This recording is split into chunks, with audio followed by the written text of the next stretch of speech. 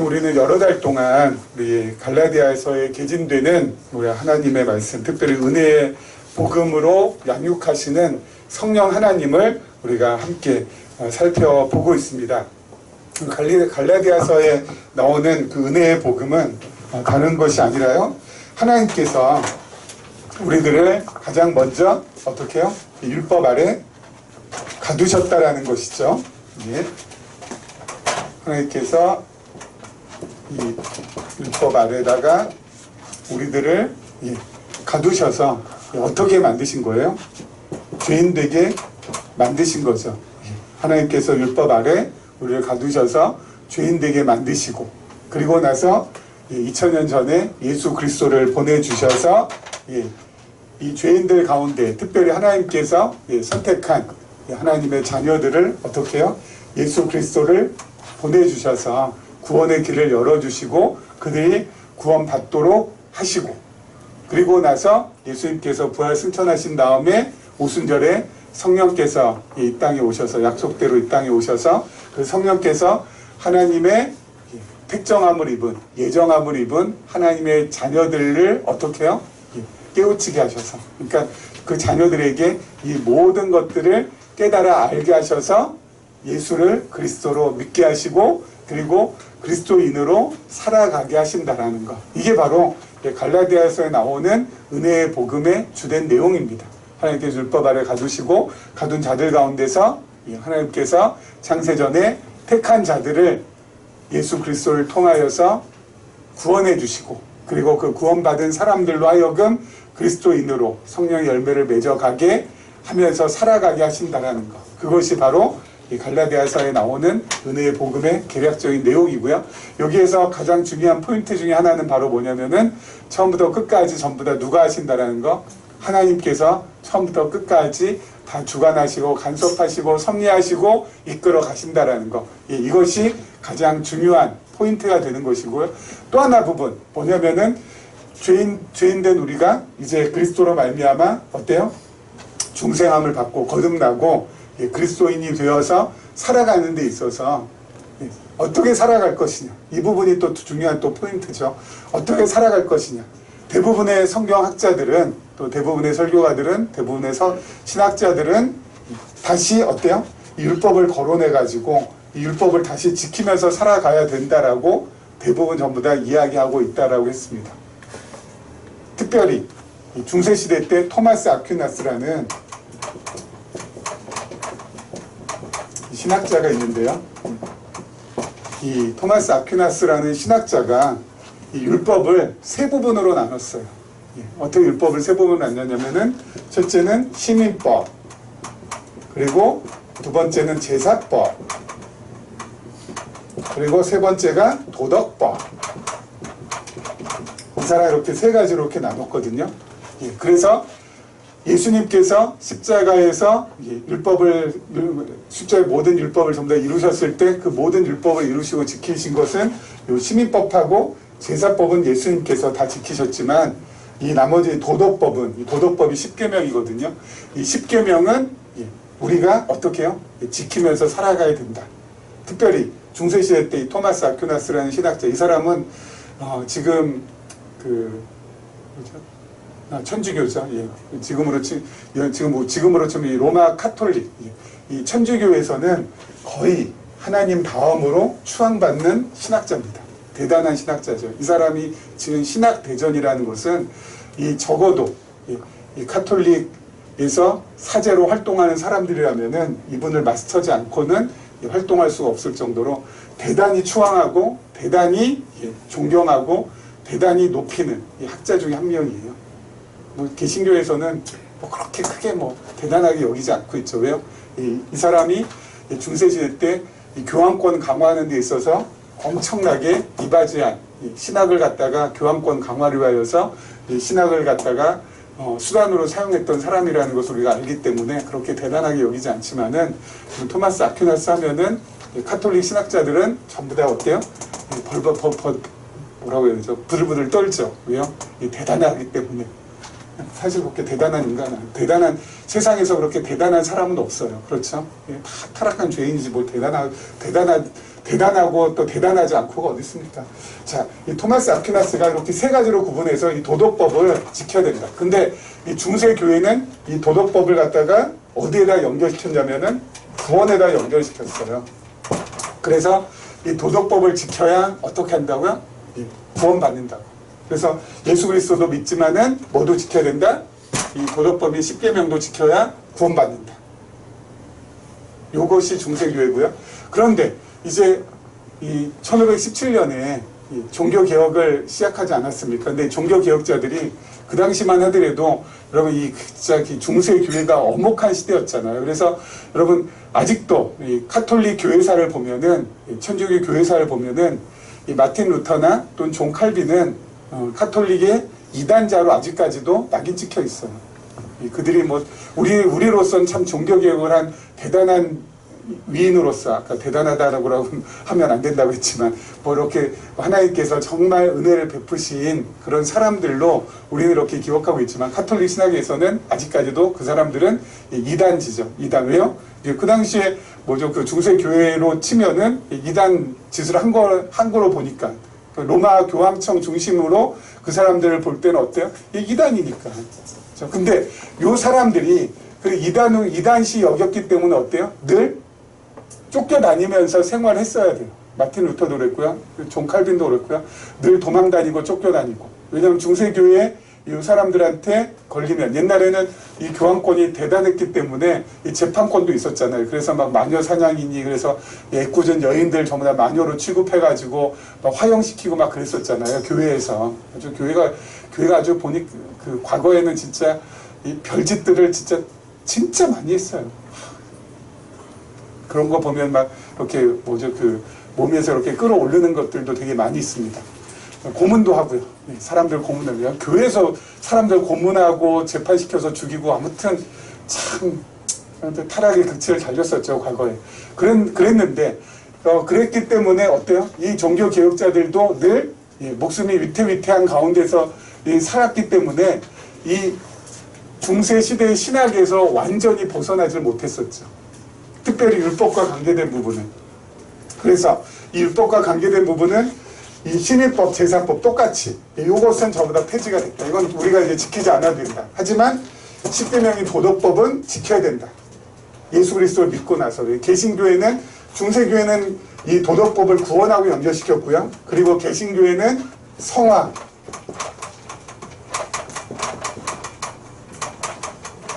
거룩하게 되는 것, 그렇죠? 성화와 연결시켜서 이 도덕법 십계명을 잘 지키면은 잘 지켜야지 우리가 거룩하게 될 수 있고 그리고 어때요? 잘 지키면은 어떻게 해요? 하나님 사랑하고 이웃 잘 사랑하면은 하나님 나라의 상급도 많이 쌓인다. 많은 쪽으로 개신교는 이렇게 지금까지 여겨왔는데 계시적인 관점에서 보면은 아니라는 거죠. 그렇죠?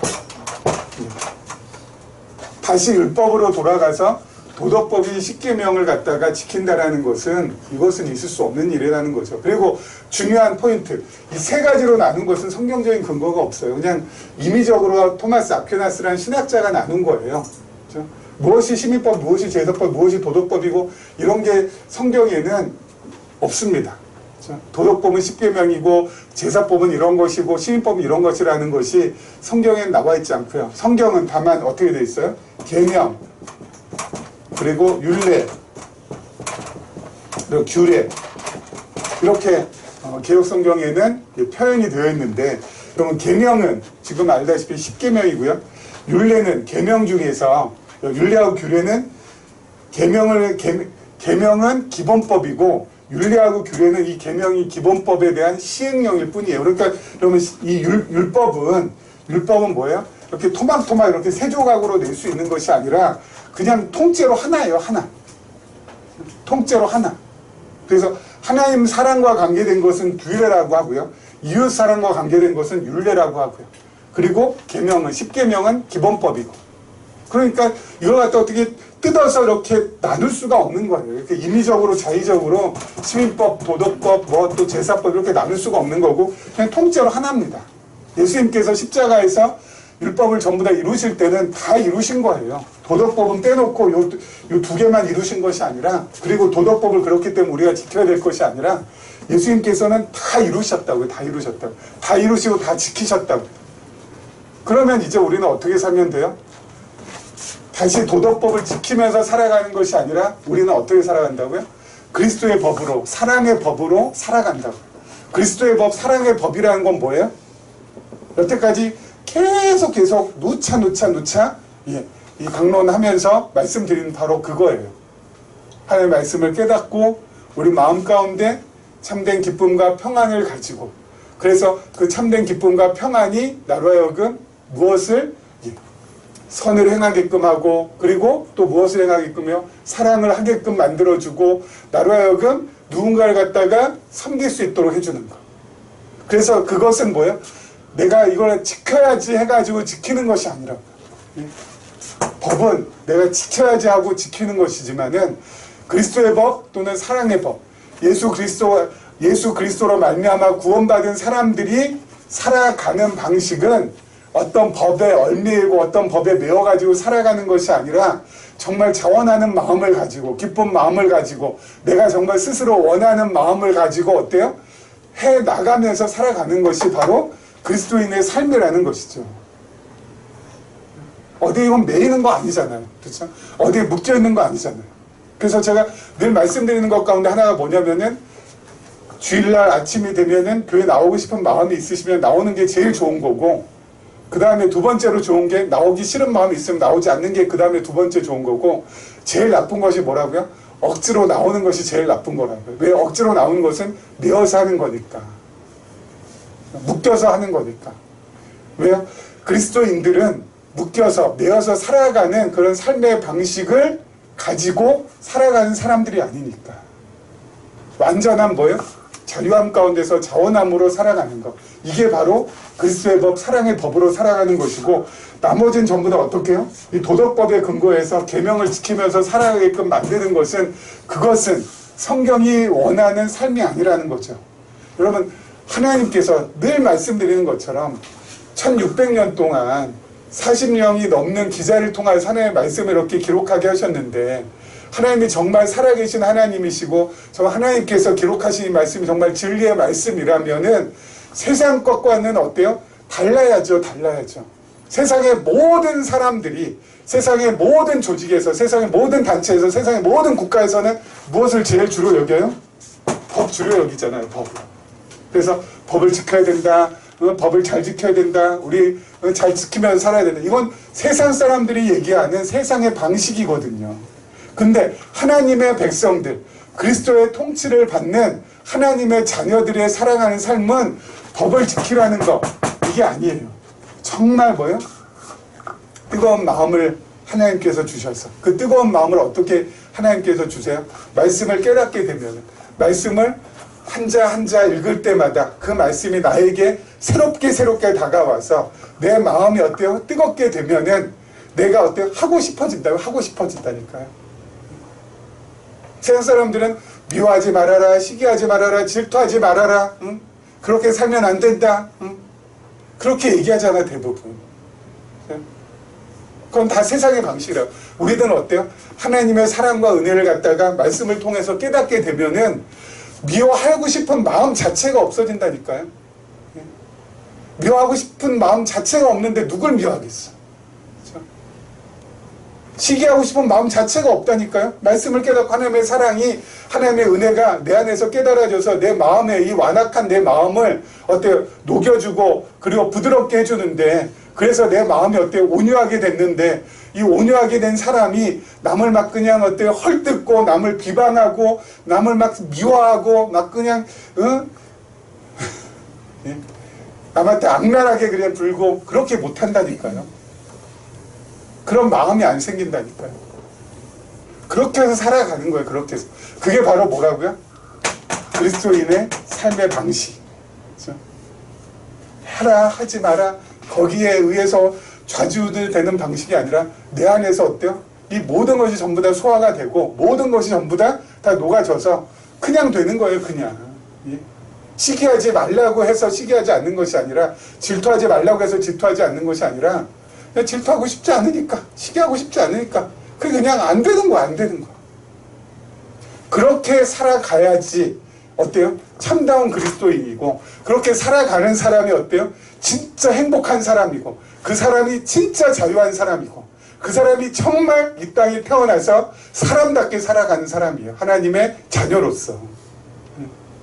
뭐에 묶여가지고, 뭐에 매어가지고, 쩔쩔쩔쩔 매면서 하는 수 없이 그렇게 살아가는 것은 하나님께서 우리를 갖다 이 땅에 살아가게 하시는 방법이 아니라고요. 방식이 아니라고요. 그러니까 늘 어때요? 우리는 이거 떠나면 안 되죠. 말씀을 떠나서는 안 되고, 이 말 또 제가 또 떠나서는 안 된다라고 하는 이 또 명령 때문에 떠나서는 안 되는 그게 아니라 떠나고 싶지 않은 마음이 생겨요. 요즘같이 날씨도 덥고요, 습하고 막 짜증도 나고 할 때마다 저는 이 말씀을 이렇게 같이 보거든요. 그러면 좀 많이 가셔요. 그런 부분이 짜증이나 이런 거지. 그래, 내가 이거 짜증 부린다고 해서 이 7월, 8월 하나님께서 대한민국 땅에, 그렇죠? 이 한반도 땅에 주신 이 무더위를 물러가게 하실 것도 아니고, 내가 막 짜증 부린다고 막 날씨가 막 시원해지고 선선해지는 거 아니잖아요. 그냥 주어진 상황 속에서 이 또한 어때요? 나를 단련하시는, 나의 모난 부분을 깎게 하시는 하나님의 섭리인 줄 알고, 하나님께서 대한민국 땅에 태어나게 하신 것은 내가 정말 그런 부분에 있어서 깎여야 될 부분이 있기 때문에 이 날씨를 통해서 나에게 어때요? 연단시켜 주시는 것이다 라고 그냥 생각하고 그냥 넘어가면 되는 거거든요. 궂은 날씨도 그렇고 더운 날씨도 그렇고. 그렇게 해서 살아가는 거죠, 우리는. 그러면 어때요? 마음이 한결 가벼워지고, 그리고 삶의 환경이 좀 많이 좀 이렇게 척박하고 어렵다 할지라도 그것들을 넘어갈 수 있는 여지가 생겨서 그 모든 것들을 잘 넘어갈 수 있게 되는 것이죠. 자, 오늘 6장, 우리 이제 거의 이제 마지막 막바지가 됐는데요. 6장 말씀도 하라, 하지 마라, 이런 말씀이 아니라는 거 늘 염두에 두시기 바랍니다. 이건 뭐라고요?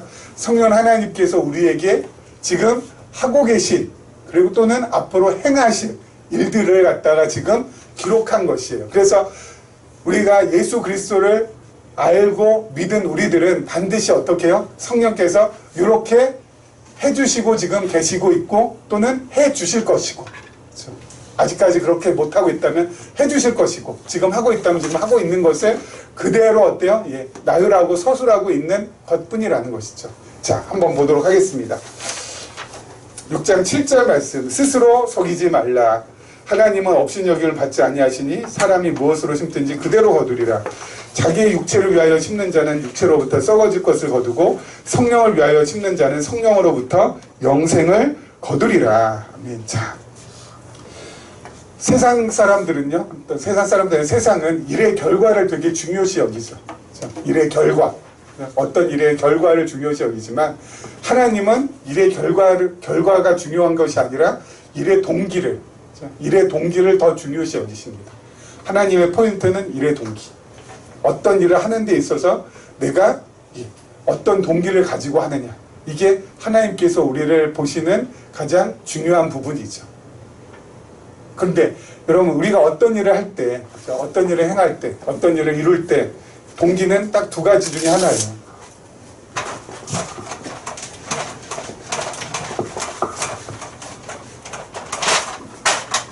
첫째는 외적 동기하고요, 두 번째는 내적 동기.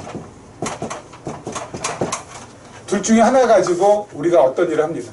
주로 외적 동기는 내 욕심을 자극하거나 경쟁을 부추기는 쪽으로 동기를 갖다가 만들어내요. 동기를 부여시켜요. 외적 동기는. 그래서 내 욕심을 자극하는 방법으로 주로 어때요? 동기 부여시키는 것이, 또 동기 부여시키는 가장 대표적인 것이 바로 뭐냐면은, 우리가 너무 지금 우리 사회에 잘 살고 있죠. 자본주의죠, 자본주의. 자본주의는 이 욕심을, 사람의 욕심을 아주 어때요? 교묘하게 잘 불러일으킵니다. 제가 늘 말씀드리잖아요. 대한민국 집값이 뭐 강남이든 강북이든 또는 대전이든 부산이든 어디를 가든지 모든 집들은 25평밖에 없습니다. 25평이고 그리고 25평짜리 그 집은 전부 다 일률적으로 한 1억이다. 그러면은 여러분 제일 좋잖아요. 그렇죠. 대한민국 어디를 가든지 집은 다 25평이에요. 그리고 그 모든 집값은 다 1억이야.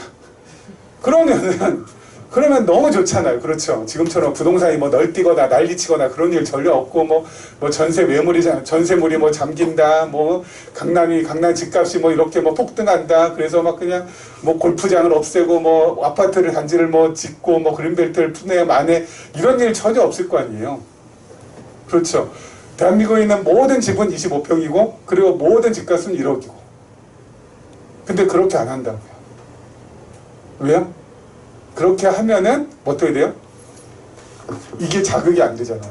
그래서 외적 동기가 부여가 안 되니까 사람들이 일하기 싫어해져요. 그렇죠. 사람들이 일하게 만들기 위해서는 어때요?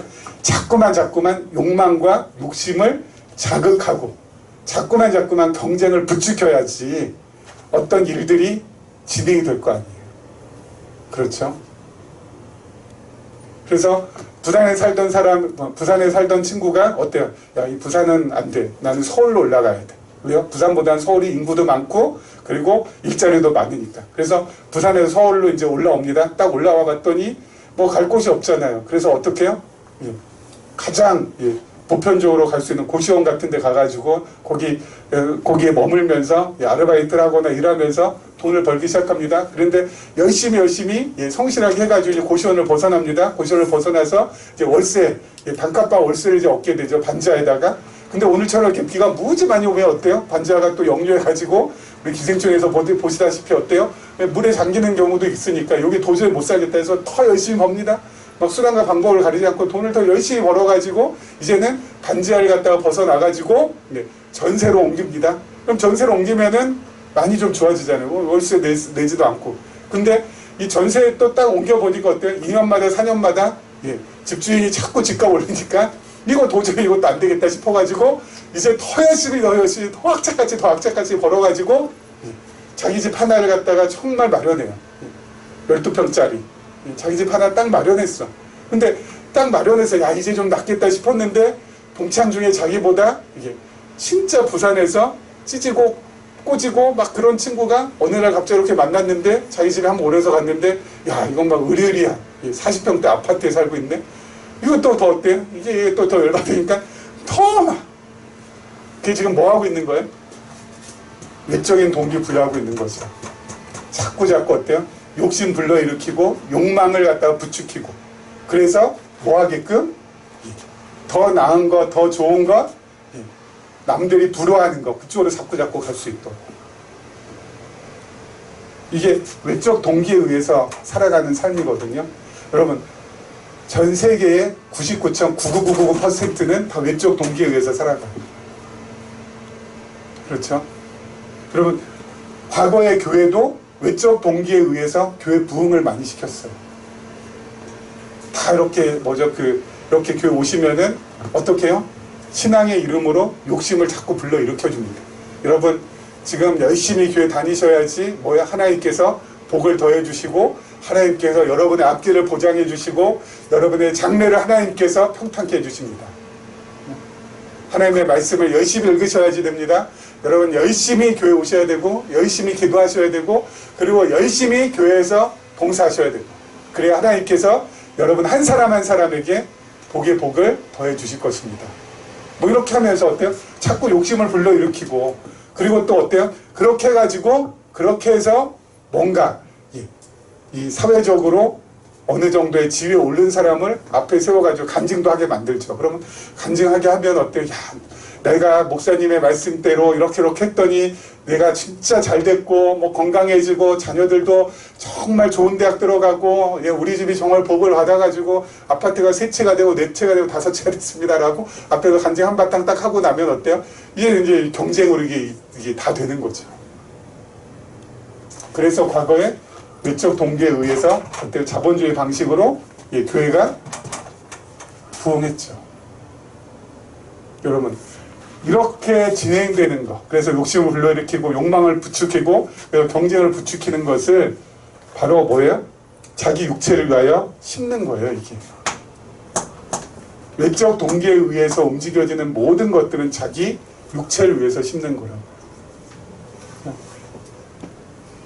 자기 육체를 위해서 이렇게 심는 요것을 가지고 내가 하나님의 은혜로 이렇게 됐다, 하나님께서 이렇게 해주셔서 내가 복받았다, 이렇게 하는 것은 바로 뭐라고요? 스스로를 속이는 것이고 하나님을 없인 여기는 거하고 똑같은 거라고요. 지 욕망대로, 지 욕심 채우기 위해서 그렇게 한 것을 하나님의 이름으로 포장하는 것. 여러분, 그것은 뭐라고요? 그건 그리스도인의 삶의 방식이 아니라는 거죠.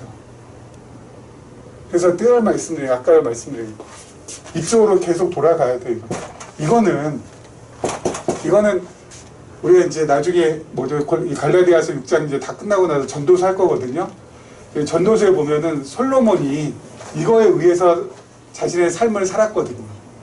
그리고 나서 말년에 죽기 전에 전도서를 이제 하나님의 감동하심을 입어서 기록할 때 자신이 이렇게 했던 모든 것들, 욕심에 의해서 했던 모든 것들을 다 뭐라고 해요? 그래서 욕심에 의해서 막 부, 귀, 영화, 그리고 막 지혜를 가지고 엄청나게 진짜 안 할 짓, 할 짓 다 하면서 그렇게 살아왔잖아요, 솔로몬은. 근데 그렇게 했던 솔로몬이 뭐라고 고백해요? 모든 것이 전부 다 헛되고 헛되니 헛되고 헛되도다고. 이렇게 삽니다. 남는 결론은 헛하나, 허무함, 그리고 헛됨, 이것만 남아요. 이거에 의해서 살면 돼요. 내적인 동기. 내적인 동기는 이건 자기 스스로가 이거는 하고 싶은 걸 해야 되는 거기 때문에 바깥으로부터 누군가 이렇게 동기를 갖다 불러 일으켜 줄 수 있는 그런 것이 못 돼요. 그래서 여러분 내적 동기, 외적 동기라는 이 말은 성경에서 나오는 용어는 아니고요. 이 심리학에서 나오는 용어인데 심리학자들이 내적 동기가 좋다는 건 너무 잘 알아요. 내적 동기가 좋다는, 그래서 특별히 아이들이 이렇게 공부하게끔 하는 데 있어서 외적인 동기를 사용하는 거예요. 그래서 공부 열심히 하면은, 그래서 100점 맞으면은 뭡니까 뭐 사주고, 그리고 또 뭐 이렇게 보상해주고 하는 이런 것보다 애들 스스로가 자기가 정말 좋아서 공부하게끔 하는 방식이 제일 좋다라는 것을 이 교육심리학자들이 얘기를 하거든요. 근데 중요한 건 내적 동기를 불러일으킬 방법을 몰라요. 어떻게 하면 아이들이 자기 스스로가 정말 좋아서 공부를 잘하게끔 만들어줄지, 그에 대한 구체적인 방법을 모른다. 왜요? 애들을 공부하게끔 뭔가 이렇게 옆에서 동기부여를 해주면 그건 내적 동기가 아니라 외적 동기가 되니까. 근데 우리는 이게 가능해요. 왜요?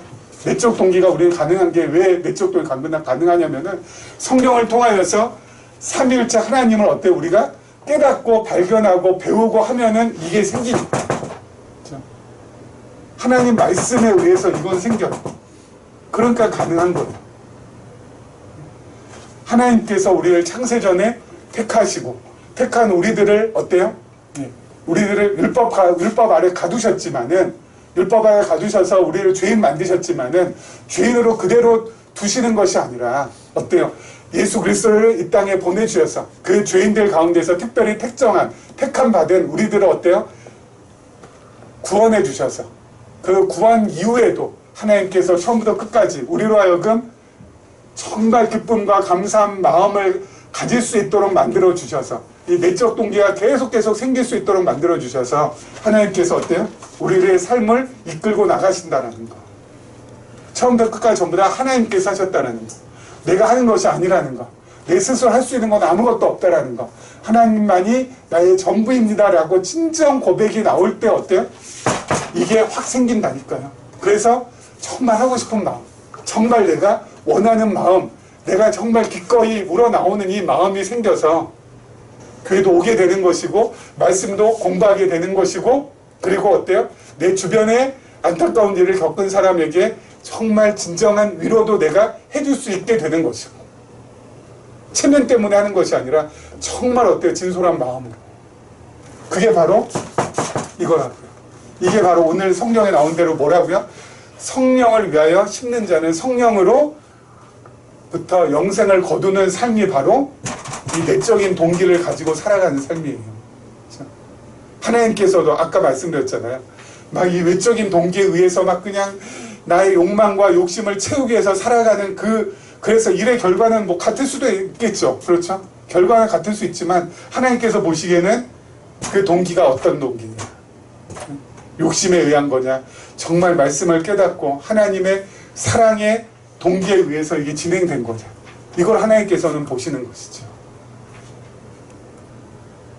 그렇죠? 그렇기 때문에 이건 육체를 위해서 심는 거. 이거는 성령을 위해서 심도록 만들어주시는 거.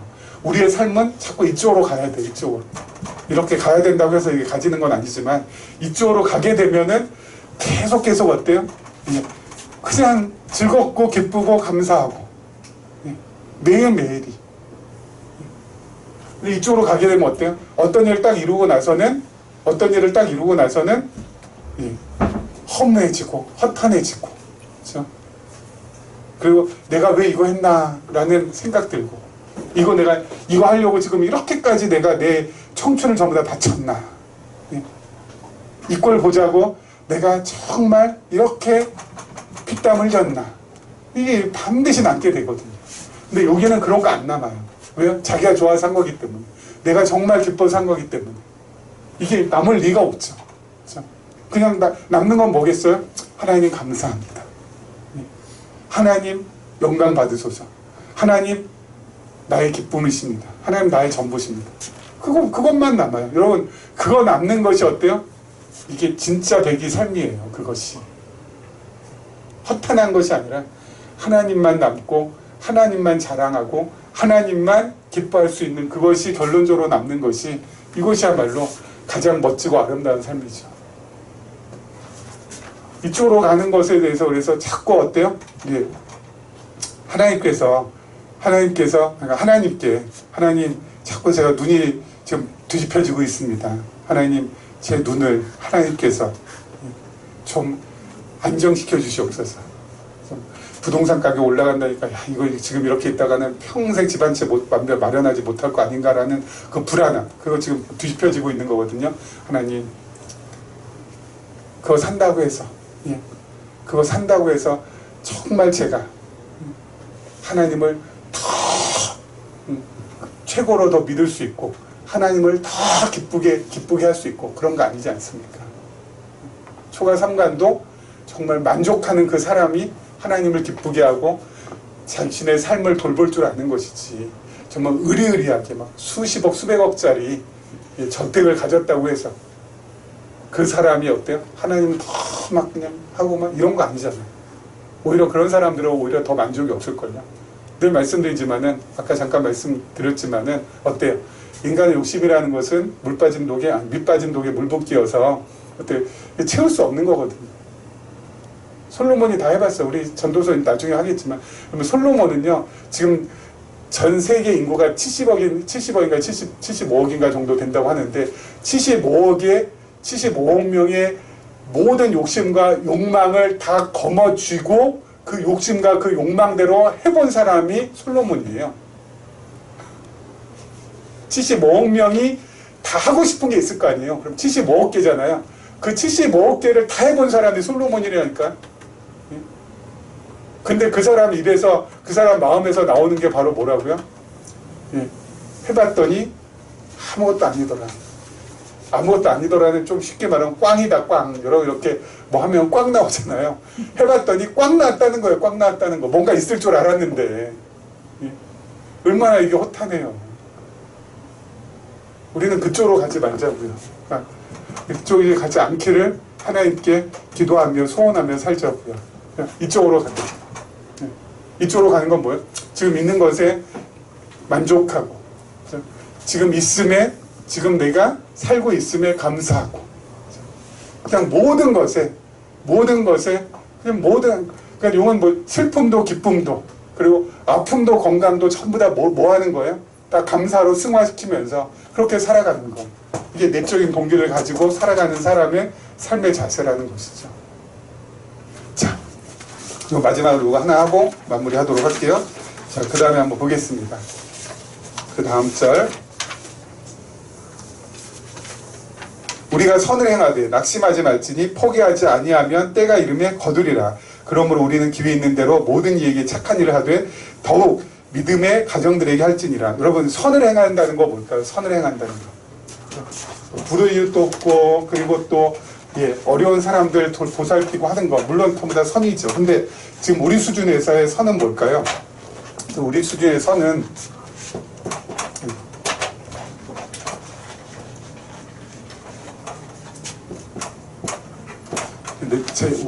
내가 있거든요.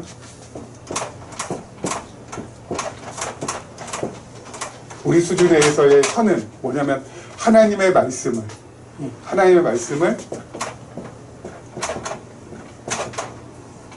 잘 마스터링하는 거. 마스터한다는 건 뭐냐면 이걸 이렇게 그냥 습득하고 학습하는 거 이상으로 체득하는 거. 하나님의 말씀을 잘 체득하는 거. 내가 잘 체득하는 거, 마스터링하는 거. 우리 수준에서의 선을 행하는 건 바로 그거예요. 특별히.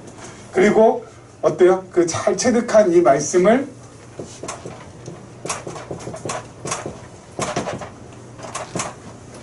테스티파잉 하는 거. 내 주변 사람들에게. 테스티파잉은 뭐예요? 잘 전하는 거, 증거하는 거. 그리고 밑으로는 뭐예요?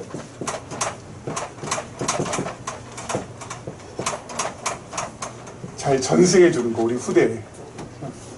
특별히 계시록 관점에 이 성경 우리가 해석하는 이것을 잘 마스터해서 테스티파잉하고 그리고 패싱다운 해주는 거.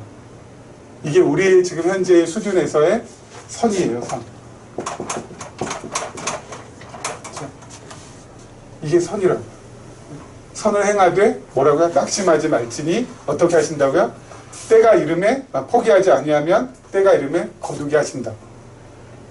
우리가 비록 이렇게 소수의 무리가 모여서 계시적인 관점에서의 성경을 해석하고 그리고 그 해석된 말씀을 우리 삶 속에서 하나님의 은혜 가운데 잘 적용하면서 이렇게 사는 거. 이렇게 하는 요거. 우리끼리 뭐 해봤자 뭐해. 그게 아니라 우리가 포기하지 않고 끝까지 견디면은 하나님께서 어때요?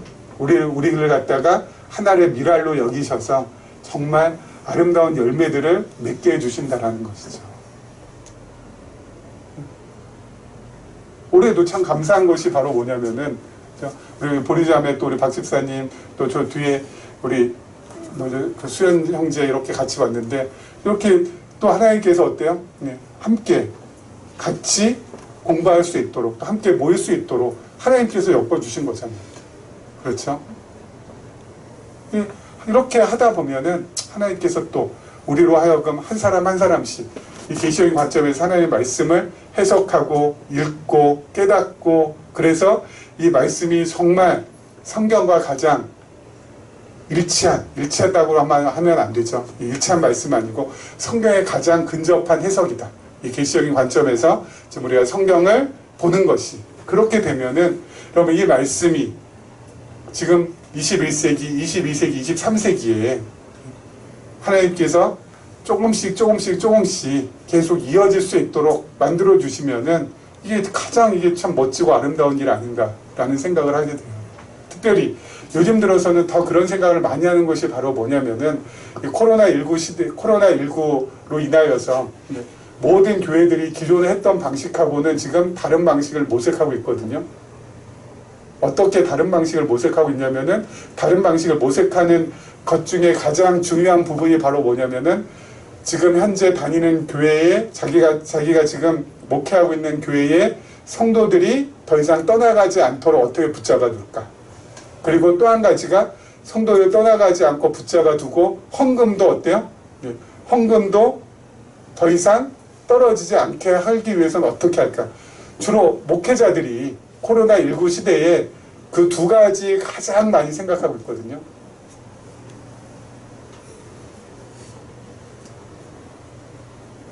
근데 저는 정말 감사한 것이 뭐냐면은 우리 교회는 특별히 저는 그 두 가지 전혀 생각 안 하고 있거든요. 우리는 코로나 이전이나 이후나 똑같아요. 그렇죠? 이전이나 이후나 뭐 변함이 없잖아요. 그렇죠? 뭐 이전에는 뭐 엄청났고 이후에 지금 쪼그라들고 그게 아니잖아요. 그죠? 우리는 뭐 언제나 뭐 동일하고 변함없고 그대로고, 예? 너무 감사하죠. 그런 것 때문에 고민할 필요 없고, 예? 오히려 지금 더 많이 지금 제 관심사는 어디에 있냐면은 코로나19 시대에 맞이해서 어떻게 하면은 비대면으로 더 활성화를 시켜가지고 어떻게 하면 더 우리 모인 우리들이 더 많이 성경을 공부하고 그리고 또 더 많이 성경을 갖다가 체득할 수 있는 이 비대면의 어떤 방법은 뭐가 없을까? 전 이쪽으로 더 많이 생각해요. 막 더 많이 모이고 막 더 많이 막 그냥 하고 그게 아니라 어떻게 하면은 효과적으로 비대면을 통해서 하나님의 말씀을 잘 전할 수 있을까? 그거 저는 더 많이 생각하고 있죠. 그러니까 훨씬 더 편하더라고요. 자, 오늘 말씀 마무리하도록 하겠습니다. 그러니까 말씀드린 것처럼 이거 역시 또 오해하지 마세요.